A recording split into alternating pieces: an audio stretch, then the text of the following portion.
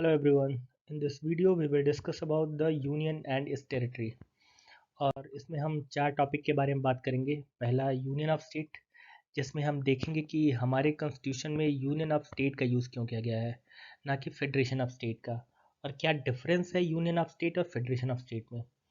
Second is parliament के क्या power हैं स्टेट को रीऑर्गेनाइज करने के, मतलब कॉन्स्टिट्यूशन में क्या पावर दी गई हैं पार्लियामेंट को स्टेट के रिगार्डिंग। और तीसरा कि स्टेट और यूटी जो बनाए गए हैं उनका फॉर्मेशन, उनका इवोल्यूशन कैसे हुआ, इसके बारे में हम बात करेंगे। And the last one is जो स्टेट और यूटीज बनाए गए उनका हम एक बार ईयर वाइज फॉर्मेशन देखेंगे। सो लेट्स स्टार्ट।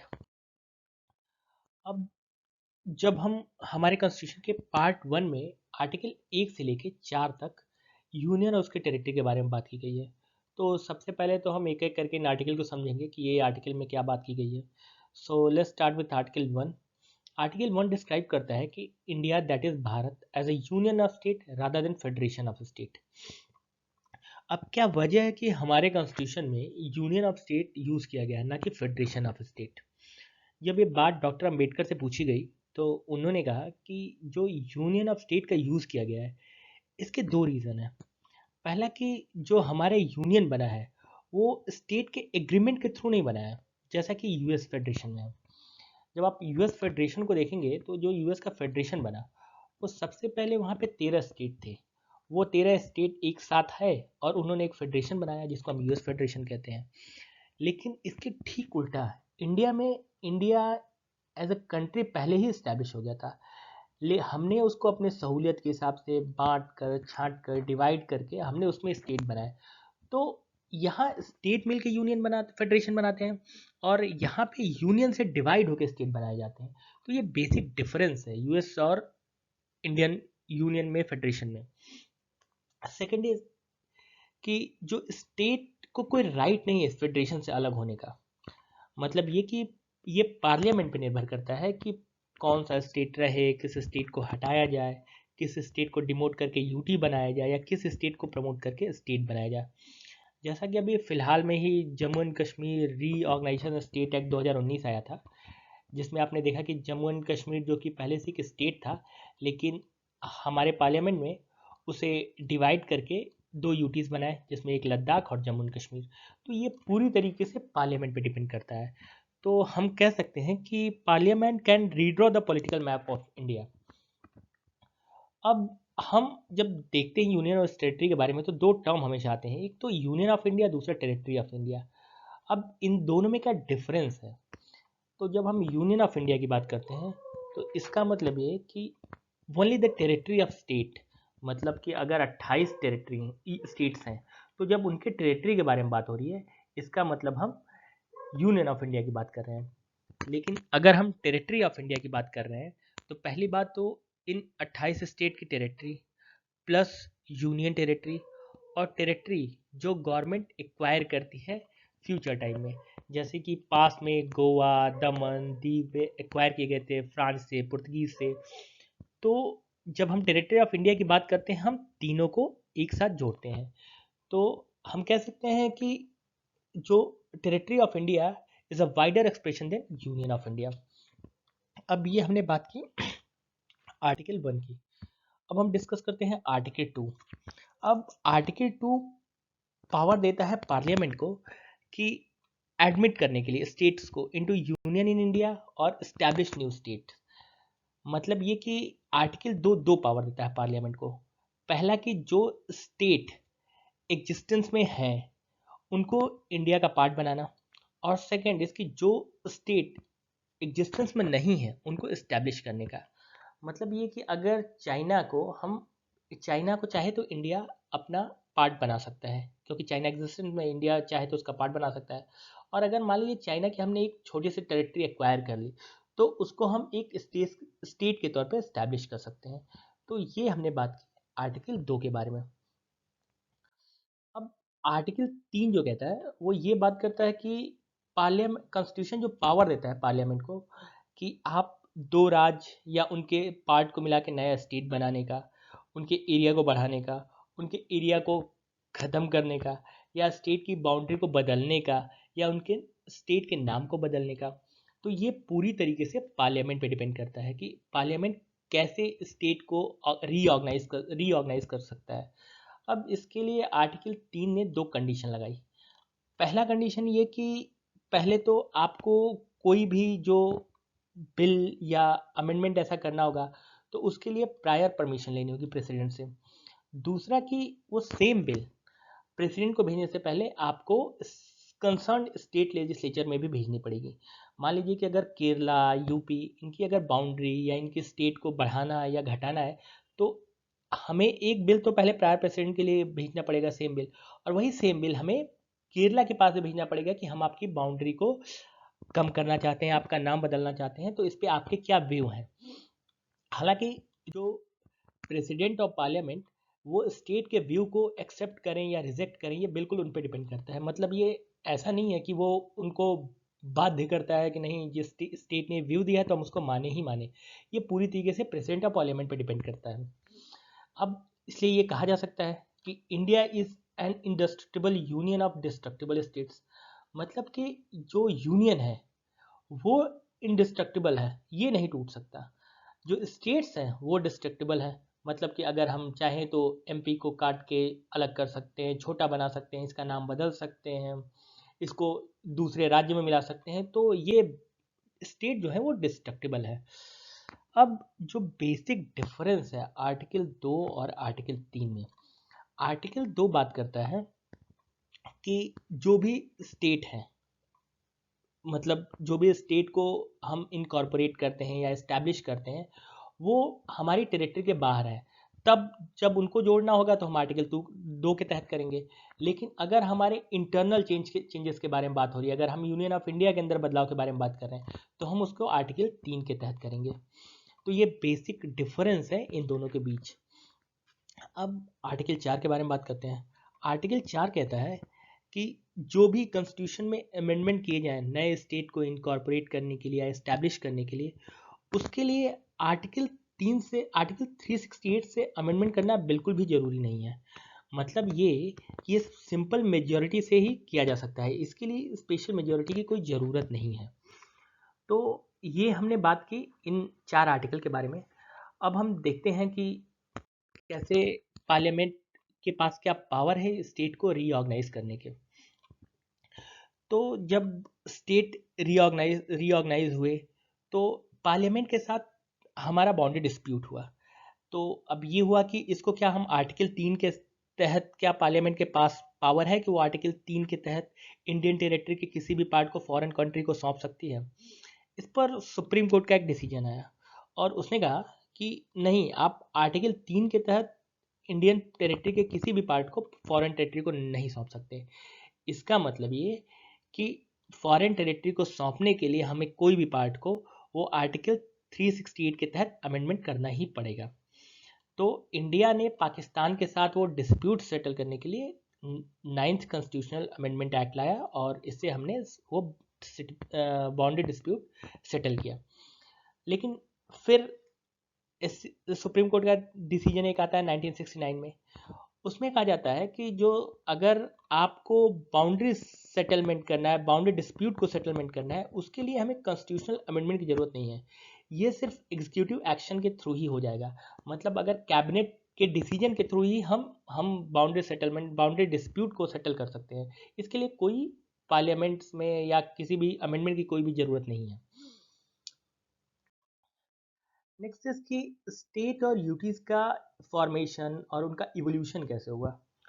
तो हम जब ये देखते हैं कि स्टेट और यूटीज कैसे बनाए गए, तो सबसे पहले जब हम ब्रिटिशर्स के अंदर थे तो जब 1947 में हमें इंडिपेंडेंस मिला तो इंडियन इंडिपेंडेंस एक्ट 1497 के तहत दो स्टेट बनाए गए, इंडिया और पाकिस्तान, दो डोमिनियन बनाए गए। बाकी जो प्रिंसली स्टेट थे उनको ये ऑप्शन दिया गया कि या तो आप इंडिया को ज्वाइन करें या तो आप पाकिस्तान को ज्वाइन करें या आप इंडिपेंडेंट रहें। तो जो प्रिंसली स्टेट थे उनमें से मोस्टली ने इंडिया को ज्वाइन कर लिया। लेकिन जो तीन स्टेट थे, हैदराबाद, जूनागढ़ और कश्मीर, इन्होंने इंडिया को ज्वाइन करने से रिफ्यूज़ कर दिया।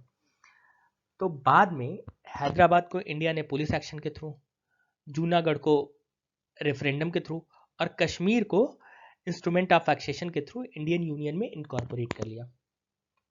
अब 1950 में कॉन्स्टिट्यूशन में 4 क्लासिफिकेशन किए गए। ये जो स्टेट और यूटीज को उनको किस क्लासिफिकेशन में रखा जाए, तो इसके लिए 4 क्लासिफिकेशन हुए। तो जो पहला पार्ट बना, पार्ट ए में जो गवर्नर के प्रोविंस थे, मतलब जो पहले गवर्नर के प्रोविंस के अंदर है ब्रिटिश के अंदर, उनको रखा गया, जैसे कि बॉम्बे, असम, यूनाइटेड प्रोविंस। अब पार्ट बी में जो रखा गया, जो प्रिंसली स्टेट लेजिस्लेचर के साथ थे, उनको जैसे हैदराबाद, जम्मू एंड कश्मीर, इनको रखा गया पार्ट बी में। और पार्ट सी में रखा गया चीफ कमिश्नर प्रोविंस। मतलब चीफ कमिश्नर प्रोविंस जो मेनली प्रोविंस थे वो गवर्नर के प्रोविंस थे, और चीफ कमिश्नर प्रोविंस जैसे कि कुर्ग, मणिपुर, अजमेर, ये सब छोटे छोटे जो प्रोविंस थे वो चीफ कमिश्नर के अंदर आते थे। तो इनको पार्ट सी में रखा गया, और डी में रखा गया अंडमान और निकोबार आइलैंड को। तो हम इनमें ये 4 पार्ट में डिवाइड किया गया इनको। नेक्स्ट चीज कि अब जब स्टेट ऑर्गेनाइज हो गए, तो अब ये मांग होने लगी इंडिया में कि हमें लैंग्वेज के आधार पे अपनी स्टेट चाहिए। जैसे कि तमिलियंस मांग करने लगे तमिलनाडु का, आंध्रा वाले मांग करने, तेलुगु वाले मांग करने लगे आंध्रा स्टेट का। तो इसको ध्यान में रखते हुए गवर्नमेंट ऑफ इंडिया ने कमीशन बनाया। अब जो उन्होंने पहली कमेटी बनाई वो धर कमीशन बनाया 1948 में। इन्होंने कहा कि आप पता कीजिए कि क्या स्टेट को लिंग्विस्टिक बेसिस पे रीऑर्गेनाइज किया जा सकता है। धर कमीशन ने थोड़े टाइम बाद अपना एक रिपोर्ट सबमिट किया और कहा कि देखिए, आप लिंग्विस्टिक बेसिस पे स्टेट मत बनाइए, आप आप एडमिनिस्ट्रेशन कैसे सफल बनाया जा सकता है, कैसे इजी बनाया जा सकता है, आप उसको ध्यान में रखिए। लैंग्वेज को आप आधार मत बनाइए। लेकिन चूंकि डिमांड लैंग्वेज के आधार पर स्टेट की बहुत ज़्यादा बढ़ने लगी, इसके लिए फिर जेबीपी कमेटी आई। जेबीपी कमेटी में जवाहरलाल नेहरू, वल्लभ भाई पटेल और पट्टाभी सीतारामैया जैसे लीडर थे। इन्होंने 1949 में अपनी रिपोर्ट सबमिट की और कहा कि जो लैंग्वेज है वो स्टेट के रिऑर्गेनाइजेशन का बेसिस हो ही नहीं सकता। उन्होंने पूरी तरीके से इसको रिजेक्ट कर दिया। अब चूंकि डिमांड इतनी बढ़ने लगी स्टेट की लैंग्वेज के आधार पे, तो 1953 में पहला लिंग्विस्टिक बेसिस पे जो पहला स्टेट बना वो आंध्रा स्टेट बना। वो तेलुगु स्पीकिंग जो लोग थे उन्होंने आंध्रा स्टेट बनाया। अब जब आंध्रा स्टेट बना तो फिर डिमांड और ज़्यादा बढ़ने लगी। मराठी पीपल बॉम्बे की मांग करने लगे, तमिलनाडु वाले तमिल लैंग्वेज वाले तमिलनाडु की मांग करने लगे।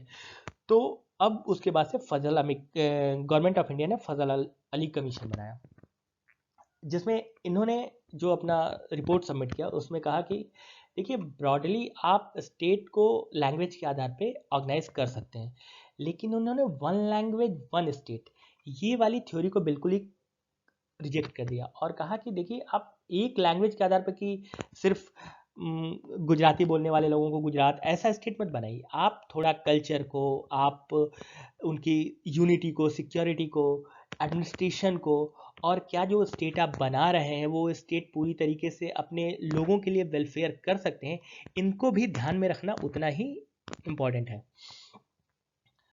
अब जब ये स्टेट बनाए गए, जब ये कमेटी आई, इन्होंने स्टेट बनाए, तो अब ये कैसे स्टेट, तो जब ये कमेटी आई तो इन्होंने 14 स्टेट और 6 यूटीज बनाने का जो प्रपोजल दिया कि 14 स्टेट बनाए जाए और 6 जेवीपी कमेटी ने, सॉरी, फजल अली कमेटी ने 14 स्टेट बनाए जाए और 6 यूनियन टेरिटरी बनाए जाए। लेकिन गवर्नमेंट ऑफ इंडिया ने अपने एक्ट के थ्रू 14 स्टेट बनाए और सॉरी 16 स्टेट बनाए और 3 यूटीज बनाए। अब इनमें जो स्टेट बनाए गए, तो थोड़े थोड़े टाइम बाद उनमें फिर से कुछ नए स्टेट जोड़े गए, कुछ यूटीज बनाए, जो इस यूटीज को प्रमोट करके स्टेट बनाए गए। तो उनको हम एक बार देखते हैं उनका फॉर्मेशन कैसे हुआ। तो 1960 में 15वां स्टेट बनाया गया गुजरात को बॉम्बे से डिवाइड करके। 61 में गोवा, दमन दीव, इनको इंडिया ने एक्वायर किया पुर्तगीज से। फिर 1954 में दादरा नगर हवेली को एक्वायर किया पुर्तगीज से और इनको यूटीज में कन्वर्ट कर दिया गया। 1954 में फ्रेंच ने हैंड ओवर कर दिया पौंडीचेरी इंडिया को, जिसको फिर 14th कॉन्स्टिट्यूशनल अमेंडमेंट एक्ट के तहत यूटी बनाया गया। 1963 में नागालैंड फॉर्म किया गया 16वें स्टेट के तौर पे। 1966 में पंजाब पंजाब से बाइफरकेट करके हरियाणा बनाया गया और चंडीगढ़ को यूटी बनाया गया। 71 में हिमाचल प्रदेश बनाया गया, जो कि पहले यूटी था, उसको एलिवेट करके स्टेट बना दिया गया। और 1972 में जो नॉर्थ ईस्ट है, नॉर्थ ईस्ट इंडिया का भी, जो मणिपुर, त्रिपुरा और मेघालय जैसे जो कुछ इसमें यूटीज थे और सब स्टेट जैसे मेघालय था, इनको स्टेटहुड मिला। 1974 में 36वां कॉन्स्टिट्यूशनल अमेंडमेंट हुआ, जिसमें सिक्किम, जो कि इंडिया का पार्ट था, लेकिन उसका वो प्रोटेक्टरेट के तौर पे था, और उसका जो डिफेंस था, उसका जो फॉरेन पॉलिसी, वो सिक्किम खुद देखता था। तो हमने वो भी पावर, चूंकि सिक्किम ने इंडिया को सौंप दी, तो हमने 36 अमेंडमेंट, कॉन्स्टिट्यूशनल अमेंडमेंट एक्ट के तहत उसको अपने मिला लिया और उसको स्पेशल पावर दिया आर्टिकल 371 के थ्रू। 1987 में मिजोरम, अरुणाचल प्रदेश और गोवा, इनको भी स्टेट का दर्जा मिला। 2000 में छत्तीसगढ़, उत्तराखंड और झारखंड, इनको स्टेट बनाया गया। 2014 में तेलंगाना बना, आंध्रा से अलग करके, जो कि पहला स्टेट बना हुआ था। और 2019 में, जो कि फिलहाल में, Jammu and Kashmir reorganisation act 2019 के तहत जम्मू एंड कश्मीर को डिवाइड करके दो यूटीज में डिवाइड कर दिया गया, जम्मू एंड कश्मीर और लद्दाख। तो इस तरह जो फजल अली कमीशन, जिसने 14 स्टेट और 6 यूटीज जो बनाए गए थे फजल कमीशन के बाद, अब प्रेजेंटली जिसमें 28 स्टेट और 8 यूटीज हैं प्रेजेंटली इसमें। ये 2019 का डाटा है, तो प्रेजेंटली इसमें 28 स्टेट और 8 यूटीज बनाए गए। So, and this is the PYQ, and you have to look it, and